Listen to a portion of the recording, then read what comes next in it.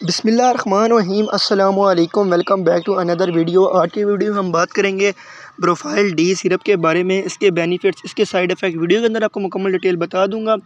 तो वीडियो शुरू करने से पहले आप सब बहन भाइयों से रिक्वेस्ट है, अगर आपको मेरी वीडियो पसंद आए तो वीडियो को लाइक कर देना, चैनल को सब्सक्राइब कर देना और बेल आइकन को लाजमी प्रेस करना यार, ताकि मेरी हर नए आने वाली वीडियो आप तक ईजिली पहुँच सके। और आपके एक सब्सक्राइब करने से यार आपका कुछ नहीं जाता, लेकिन मेरी यार थोड़ी सी हौसला अफजाई हो जाती है। तो प्लीज़ यार वीडियो को लाइक और चैनल को सब्सक्राइब लाजमी करना। तो चलिए वीडियो शुरू करते हैं बगैर आपका टाइम ज़ाया किए। ठीक है, जो ब्रोफाइल सिरप है, ठीक है, ये स्टैनले फार्मा से, ठीक है, रिलेटेड है। ठीक है, तो ये सिरप इस्तेमाल करवाया जाता है खांसी के लिए। खुश्क खांसी हो, बलगमी खांसी हो, किसी किस्म की भी आप खांसी के लिए आप इस्तेमाल करवा सकते हैं।